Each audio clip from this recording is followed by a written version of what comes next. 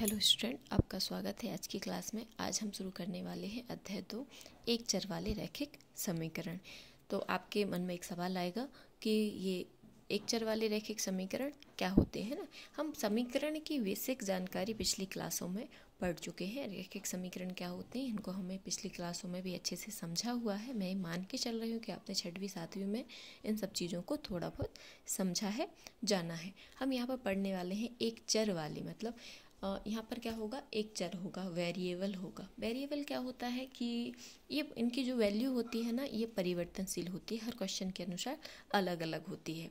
ठीक, तो ये जो वेरिएबल है इनको हम अंग्रेजी वर्णमाला के स्मॉल लेटर के रूप में यहाँ पर प्रदर्शित करेंगे, कैपिटल लेटर के रूप में भी प्रदर्शित कर सकते हैं। तो ये जो अचर है, ये हमारे पास जो चर राशि होंगी या भी जो भी हमारे पास चर होंगे वह हमारे पास क्या होंगे, इंग्लिश वेरिएबल्स होंगे, इंग्लिश वर्णमाला के कुछ वर्ड्स होंगे। बाकी इसके अलावा एक्स वाई जेड या जो भी हमारे पास वर्णमाला से MNOP QR हम जो भी लेंगे, उनके अलावा जो हमारे पास गणितीय भाषा वाली गिनती होगी, कोई संख्या होगी, कोई अचर होगा, ठीक, तो उसको हम क्या बोलेंगे, अचर करेंगे। मतलब जिसकी वैल्यू जो है परिवर्तित नहीं हो सकती। सबसे पहले हम क्या जानते हैं कि एक चर वाले रैखिक समीकरण होते क्या हैं। तो वे समीकरण जिनमें केवल एक चर होता है, जिनमें क्या होता है, केवल एक चर होता है। जो वेरिएबल है वो अकेला होना चाहिए, चाहे x हो, चाहे y हो, चाहे z हो, वह अकेला ही हो। और जिनकी घात का मान केवल एक हो, वेरिएबल की घात की बात हो रही है, ठीक है। तो जो चर है उसकी घात जो है केवल एक होना चाहिए, उसके अलावा नहीं हो, तो उसको हम एक चर वाला रैखिक समीकरण कहते हैं। ठीक, ये परिभाषा यहाँ पर लिखी हुई है, आप इसको आराम से लिख लीजिएगा। उदाहरण के लिए 4x धन 8 बराबर 2। यहाँ पर कौन है चर, x। यहाँ पर x चर है, बाकी ये क्या है, अचर। बाकी ये क्या है, अचर है। दूसरा, x के ऊपर घात देखो, क्या कोई घात दिख रही है, नहीं दिख रही है। तो x के ऊपर कोई अलग से घात नहीं लगी होनी चाहिए, अलग से घात नहीं, इसका मतलब घात एक है। ठीक, तो इनको हम क्या बोलेंगे, एक चर वाले रैखिक समीकरण। जैसे 7y बराबर 0, यहाँ पर एक चर है y, ठीक। और जब जो संख्याएं होती हैं इनमें बराबर का चिन्ह लग जाता है, ये बराबर का चिन्ह जब किन्हीं संख्याओं में लग जाता है तो वह हमारी समीकरण कहलाने लगती है। अगला है 2z ऋण 1 बराबर 9। तो इसका जो मानक रूप है, मतलब लिखने का जो तरीका है एक चर वाले रैखिक समीकरण को, वो होता है ax + b बराबर 0। मतलब जो आगे वाली संख्या होगी उसके साथ हम चर को लिखेंगे और उसके बाद वाली संख्या सिर्फ अचर होगी, बराबर में 0। क्या करेंगे, बराबर में 0 करने का प्रयास करेंगे, नहीं है तो कर देंगे। ठीक, तो ये इसका मानक रूप है। तो जो भी हमारे उत्तर आएंगे इस मानक रूप के अकॉर्डिंग आएंगे। ठीक, अब कौन से समीकरण ऐसे हैं जो रैखिक समीकरण नहीं है, कौन से समीकरण रैखिक समीकरण नहीं है, इनको हम कैसे पहचानेंगे। तो इनमें होगा क्या, या तो जो चर है वह एक से अधिक होंगे, ठीक है, या फिर इनमें क्या होगा कि इनकी जो घात है वह एक से अधिक या एक से कम होगी। तो उदाहरण के लिए x का वर्ग ऋण 2 बराबर 3। यहाँ पर x के ऊपर कितने की घात है, 2, तो ये द्विघाती समीकरण होगा, ना कि एक चर। ठीक, तो ये हमारे पास क्या हो गया, ये जो है एक चर वाला रैखिक समीकरण नहीं है। 3xy बराबर 8, यहाँ पर हमें दो चर मिल गए, x भी और y भी, तो ये भी हमारा क्या है, रैखिक समीकरण नहीं है। अगला है 7z + y बराबर 8। यहाँ पर भी हमें क्या मिल गया, z और y, दो चर मिल गए, इसलिए यह भी हमारा रैखिक समीकरण नहीं होगा। इसमें देखो 4x के ऊपर 3 की घात धन 4, तो यहाँ पर x की घात कितनी हो गई, 3। त्रिघातीय समीकरण है, ना कि एक चर, तो ये भी हमारे पास एक चर वाला समीकरण नहीं है। x धन y धन z, यहाँ पर घात तो एक है लेकिन जो चर हैं वह 3 हो गए हैं, तो इस प्रकार ये भी हमारा रैखिक समीकरण नहीं है। तो यहाँ पर जो हमारे पास x y z होता है, एक उदाहरण है 2x धन 5 बराबर 9। तो यहाँ पर जो x है यह क्या है, चर है। यहाँ पर जो x के अलावा जो भी अंक दिख रहे हैं ये अचर हैं, 2, 5, 9, ये सब क्या है, अचर हैं।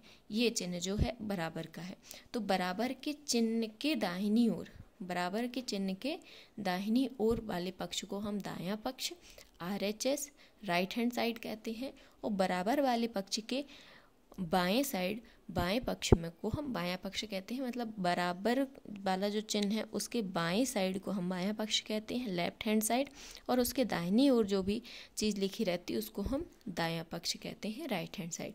इनसे संबंधित प्रश्नों को हल करना बेहद ही आसान है। सिर्फ हमें क्या समझना है कि एक चर वाला रैखिक समीकरण है अथवा नहीं है, इसमें दायां पक्ष कौन सा है और इसमें बायां पक्ष कौन सा है, या किसको हमें हटाने की ज़रूरत है। ठीक है बच्चों, तो आइए बच्चों हम क्लास को शुरू करते हैं। प्रश्नावली 2.1 को हम शुरू करते हैं। यदि आपने अभी तक चैनल को सब्सक्राइब नहीं किया है तो चैनल को सब्सक्राइब जरूर कर लें। देखते हैं प्रश्नावली। निम्नलिखित को हल कीजिए, मतलब यहाँ पर हमें प्रश्न दिए गए हैं, उनको हल करना है। हल का मतलब यहाँ पर जो वेरिएबल है, जो चर है, उसकी वैल्यू हमें निकाल के देनी है कि उसकी वैल्यू कितनी है, मतलब उसका मान कितना होगा। इस x की जगह कितना रखा जाए कि उसमें से 2 कम कर दें तो आपका 7 बचे, तो कितना आना चाहिए ये आपको आराम से समझ में आ रहा है। तो यहाँ पर x की जगह क्या हो कि उसमें से यदि हम 2 कर दें तो 7 हो जाए, ये वो पूछ रहे हैं। तो इसको हल करके हमें इसकी वैल्यू बतानी है। तो इसको हम 2 तरीके से कर सकते हैं। ठीक है, दोनों तरीके से आप देख लो। एक तो हम ये कर सकते हैं कि इसका पक्षांतरण कर दें, स्थानांतरण कर दें, है ना। पक्षांतरण का मतलब होता है जो बाएं पक्ष में है उसको दाएं पक्ष में भेज देते हैं, जो दाएं पक्ष में है उसको बाएं पक्ष में भेज देते हैं। तो हम इसका पक्षांतरण कर दें, इस बाएं पक्ष की जो अचर राशि है उसको हम दाहिने पक्ष में भेज देते हैं। तो हम दाहिने में भेज देंगे तो ये यहाँ पर तो x अकेला बचेगा क्योंकि ये उठ के यहाँ जा रहा है। ठीक, यहाँ पर 7 है, ये ऋण का था। जब हम इसका पक्ष परिवर्तन करेंगे तो ये हो जाएगा धन का। तो x बराबर कितना हो जाएगा 9। ठीक, तो यहाँ पर डायरेक्ट भी देखो तो 9 में से 2 जाएगा तो 7 बचेगा। तो यहाँ पे x की वैल्यू क्या आनी चाहिए 2। या फिर इसको आप कर सकते हो, या इसको क्या करेंगे हम, इसको हमें संतुलित करना है।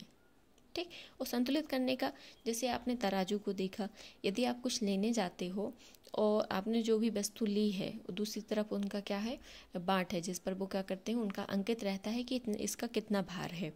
तो जब उनको संतुलित करना होता है तो वो उसमें दोनों पड़लों को एक समान करने का प्रयास करते हैं कि नहीं करते हैं ना। तो इसी प्रकार जब भी हमें चीज़ें संतुलित करनी होगी तो हमें दाहिने पक्ष और बाएं पक्ष दोनों में चीज़ों पर संतुलन बिठाना होगा। तो यदि हम कुछ जोड़ेंगे तो दोनों तरफ जोड़ेंगे, यदि हम कुछ घटाएंगे तो दोनों ओर घटाएंगे, यदि हम भाग करेंगे तो भी दोनों ओर, यदि हम गुणा करेंगे तो भी दोनों ओर।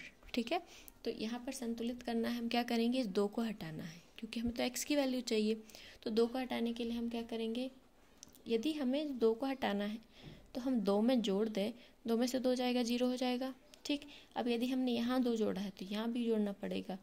ठीक, तो यहाँ पर भी जोड़ेंगे तो ये 2 में से 2 गया 0 हो गया। तो x बराबर कितना हो गया 7 और 2 9। तो आप दोनों ही तरीके से कर सकते हो, जो भी तरीका आपको सुटेबल लगे। अगला है निम्नलिखित को हल कीजिए। y बराबर कितना है, y धन 3 बराबर कितना है 10। तो y धन 3 बराबर 10, इसको आप इस तरफ भेज दो तो आपका क्या हो जाएगा y बराबर 10 ऋण 3 और y बराबर क्या हो जाएगा, धन का था इसलिए यहाँ का ऋण का हो गया, y बराबर कितना हो जाएगा 7। ठीक है, और या फिर आप इसको ऐसे कर सकते हो, आप जब भी नोट्स बनाएंगे, जब भी आप अपनी कॉपी तैयार करेंगे, आप इन दोनों मेथड में से जो भी मेथड आपको ज़्यादा सही लग रहा है या आपको लग रहा है कि ये वाला मेथड मुझे ज़्यादा अच्छे से समझ में आया है, इसको मैं ज़्यादा अच्छे से समझ सकता हूँ, कर सकता हूँ, तो आप वही वाला मेथड यहाँ पर करेंगे। ज़रूरी नहीं है कि आप हर प्रश्न को 2 मेथड से हल करें। मैंने दोनों मेथड इसलिए बताई हैं ताकि आपको जो भी ज़्यादा सरल और सही लगे आप उसको आसानी से कर पाएँ। ठीक, यहाँ पर हम क्या करेंगे, संतुलन बनाना है, 3 को हटाना है। तो y धन 3 बराबर कितना है 10। इस 3 को हटाने के लिए यदि हम इसमें से 3 कम कर दें तो ये हट जाएगा। तो यहाँ से 3 कम करेंगे तो यहाँ से भी क्या करना पड़ेगा, 3 को घटाना पड़ेगा। ठीक, तो 22 से ये तो हो गया। तो यहाँ पर हमें y बराबर अब क्या मिल जाएगा, y बराबर 10 में से 3 गया, कितना मिल गया 7। ठीक, तो दोनों तरीके से आंसर आपके हमेशा एक जैसे आएंगे। जो तरीका आपको ज़्यादा सही लगे आप उस तरीके से इसको हल कीजिएगा। अगला प्रश्न है 6 बराबर z प्लस 2। क्या किया हमने, पलट के लिख दिया है ना। या फिर आप इसको ऐसे लिख सकते हो z धन 2 बराबर 6। ये भी कोई गड़बड़ वाली बात नहीं है, इस पक्ष को यहाँ लिख दिया, इसको यहाँ लिख दिया, हम इसको ऐसे भी लिख सकते हैं। अब क्या करना है, हम इसको इस तरफ भेज देंगे तो ये हो जाएगा 6, ये धन का 2 था तो यहाँ के कितना हो गया ऋण का, तो z बराबर कितना हो गया 4।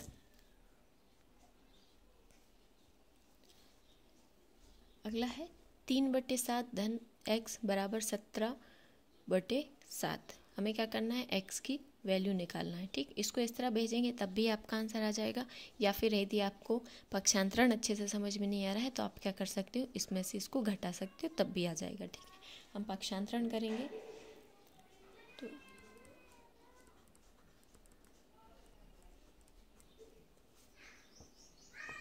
यहाँ पे लिख सकते हैं 3/7 का पक्षांतरण करने पर, पक्षांतरण का मतलब होता है पक्ष परिवर्तन। लेफ्ट हैंड साइड की जो भी हमारे पास चर या अचर राशि है उसको हम राइट में भेज रहे हैं, या फिर राइट हैंड साइड की जो भी हमारे पास चर या अचर राशि है उसको हम लेफ्ट हैंड साइड में भेज रहे हैं, इसको हम पक्षांतरण कहते हैं। ठीक है, तो हम क्या कर रहे हैं, यहाँ पर इस 3/7 को इस तरफ भेज रहे हैं। ठीक, x बराबर यहाँ पर कितना हो जाएगा 17/7 तो है, ये धन का था, यहाँ के कैसा हो जाएगा ऋण का, इसको सॉल्व कर देंगे। ठीक, एलसीएम कितना आ जाएगा 7, 17 ऋण 3 तो बराबर कितना हो जाएगा, 17 में से 3 जाएगा तो कितना बचेगा 14, और ये बटे 7 और 7 दूनी 14। तो यहाँ पर हमारे पास जो x की वैल्यू आ गई वह कितनी आ गई, x बराबर 2। ठीक, अगला प्रश्न है 6x बराबर 12। 6x बराबर 12। ठीक, इसमें भी आप या तो संतुलन बिठा लो या पक्षांतरण कर दो। यदि हम पक्षांतरण करेंगे, चलो दोनों तरीके से कर लेते हैं। यदि हम पक्षांतरण करेंगे 6x बराबर 12 में, इसको इस तरफ भेजेंगे तो ये गुणा में है तो कहाँ जाएगा भाग में, तो ये हो जाएगा 12/6। तो x बराबर हो जाएगा 6 से डिवाइड कर दो, 6 कम 6, 6 दूनी 12, ये हो जाएगा 2। x की वैल्यू आ गई 2। या आप क्या करेंगे, दोनों पक्षों को संतुलित करना है, यहाँ से 6 हटाना है तो क्या करोगे 6 से भाग देने पर, 6 से भाग देने पर, तो 6x में आप क्या करोगे 6 से भाग दोगे, 12 में भी आप क्या करोगे 6 से भाग दोगे, तो x बराबर ये 6 तो 6 डिवाइड हो गया, x बराबर कितना हो गया, आप इसको ऐसे लिख सकते हो, x बराबर कितना हो जाएगा, ये 2 बार डिवाइड हो गया 2। तो इस तरीके से दोनों ही तरीके से आप इनको हल कर सकते हो, जो भी तरीका आपको ज़्यादा सही लगे आप उस तरीके से इनको हल कीजिए। अगला प्रश्न कह रहा है t/5 बराबर 10, t/5 = 10। हम यदि पक्षांतरण करेंगे तो क्या करेंगे,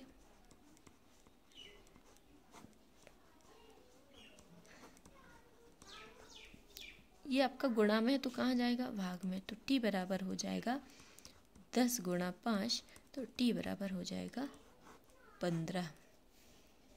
ठीक, अगला प्रश्न 2x/3 बराबर क्या है 18। यहाँ पर भी क्या कर दो आप पक्षांतरण कर दो, पक्षांतरण करने पर क्या हो जाएगा, इस 3 को हमने यहाँ भेज दिया तो 2x बराबर 18 × 3। एक बार और आप पक्षांतरण कर दो,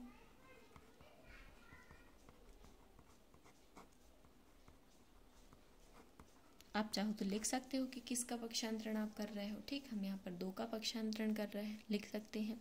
तो x बराबर अब क्या बचेगा, ये 2 आपका कहाँ था गुणा में तो कहाँ जाएगा भाग में, तो 18 × 3/2 या भागित 2 से भाग दे दो तो ये हो जाएगा 2 × 18, तो 9 × 3 और 9 × 27। तो हमारे पास जो x का मान आया, जो हमारे पास आंसर आया वह कितना आया 27। ठीक,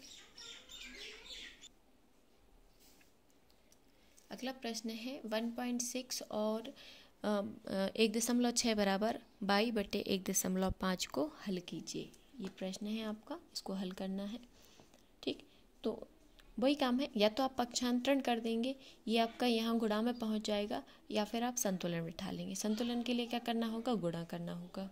ठीक है, तो हम दोनों तरीके से इसको कर सकते हैं। तो एक काम करते हैं, इसमें संतुलन बिठा के देखते हैं। ठीक है, तो 1/5 का तो हम लिखेंगे दोनों पक्षों में 1/5 से गुणा करने पर।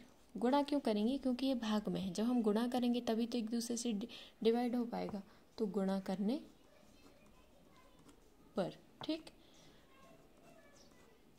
तो 1/6 गुणा 1/5 बराबर 1/5 गुणा 1.5 गुणा 1.5। 1.5 से 1.5 कट गया, y बराबर कितना हो जाएगा, इनका आपस में गुणा कर दो।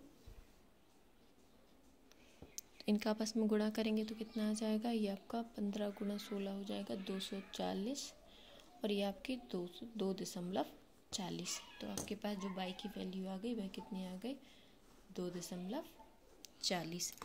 अगला प्रश्न है, हल कीजिए 7x ऋण 9 बराबर 16। ठीक, तो यहाँ पर भी आप चाहो तो हटाने के लिए वही संतुलन बिठा लो या पक्षांतरण करो, एक ही बात है। जो भी तरीका आपको सरल लगता है आप उस तरीके से इसको करेंगे। हल 7x ऋण 9 बराबर 16। हम क्या करते हैं, दोनों पक्षों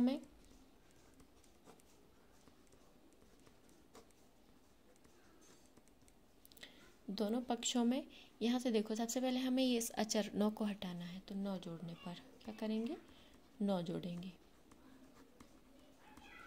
तो हो जाएगा 7x ऋण 9 धन 9 बराबर 16 धन 9। हमने यहाँ पर भी 9 जोड़ दिया और यहाँ पर भी 9 जोड़ दिया, तो ये तो 9 में से 9 गया, तो यहाँ पर कितना बचा, 7x बराबर 16 और 9 कितना हो जाएगा, 25। तो x बराबर, अब आप पक्षांतरण कर दो तो ये हो जाएगा x बराबर 25/7। यहाँ पर हमने क्या किया है, 7 का पक्षांतरण करने पर हमने 7 का पक्षांतरण कर दिया, दूसरे पक्ष में भेज दिया। तो यहाँ जो लेफ्ट हैंड साइड में गुणा में था, तो यहाँ पर क्या पहुँच गया, भाग में। अगला प्रश्न है 14/8 बराबर 13। यहाँ पर हमें 8 को हटाना है। हल, प्रश्न को एक बार लिख लो, 14/8 बराबर 13। क्या करेंगे, दोनों पक्षों में 8 जोड़ने पर, दोनों पक्षों में 8 जोड़ देंगे। जब दोनों पक्षों में 8 जोड़ेंगे तो यहाँ हो जाएगा 14/8 धन 8 बराबर 13 धन 8। ये तो 8 में से 8 गया 0। 14y बराबर कितना हो जाएगा, 13 में 8 जोड़ दो। ठीक, तो कितना हो जाएगा, 8 और 3 11, 21 हो जाएगा। और अब आप क्या करें, या तो यहाँ पर 14 है, इस 14 को हटाना है, या तो दोनों तरफ 14 से भाग दे दो या फिर पक्षांतर कर दो। इस बार हम लिख लेते हैं,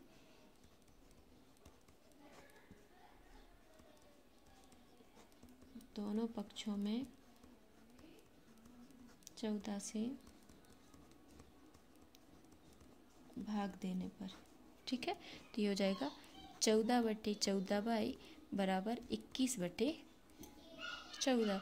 14 से 14 कट गया तो यहाँ बचा y, और ये हो गया, कट गया का मतलब डिवाइड हो गया है ना। अब आप कहेंगे नहीं तो ये चाकू छुरी वाला नहीं काट रहे हैं, कटने का मतलब होता है डिवाइड हो गया। 14 को 14 से भाग दे दिया। ठीक, 21 में 14 कितने से भाग जाएगा, 7 से चला जाएगा, 7 या 21 और 7 दूनी 14। तो y की वैल्यू जो आ गई 3/2 हमारी यहाँ पर y की वैल्यू आ गई। अगला प्रश्न है 17 धन 6p बराबर 9। 17 धन 6p बराबर 9। ठीक, तो ये हो जाएगा आपका 6p और इसको इस तरफ भेज देंगे तो ये हमारे पास कितना हो गया, ऋण का 17। तो 6p बराबर 17 में से 9 को कम कर दो, ये आपका ऋण का आएगा, ठीक है। और ये होता है आपका 9 और 8 17। तो p बराबर कितना हो जाएगा, ऋण का 8/6 और डिवाइड कर दो, p बराबर ये आपका 2 से डिवाइड हो जाएगा, है ना। तो हो जाएगा 2 चौके 8 और 2 3 6। अगला प्रश्न है x/3 धन 1 बराबर 7/15। ठीक, तो x/3 बराबर 7/15 और ऋण का 1। तो x/3 बराबर यहाँ पर एलसीएम ले लेंगे, आ जाएगा 15, 7 ऋण 15। तो x/3 बराबर 15 में से 7 गए, ये बचा 8/15। अब इस 3 को हटाना है तो दोनों पक्षों में 3 से गुणा कर दो।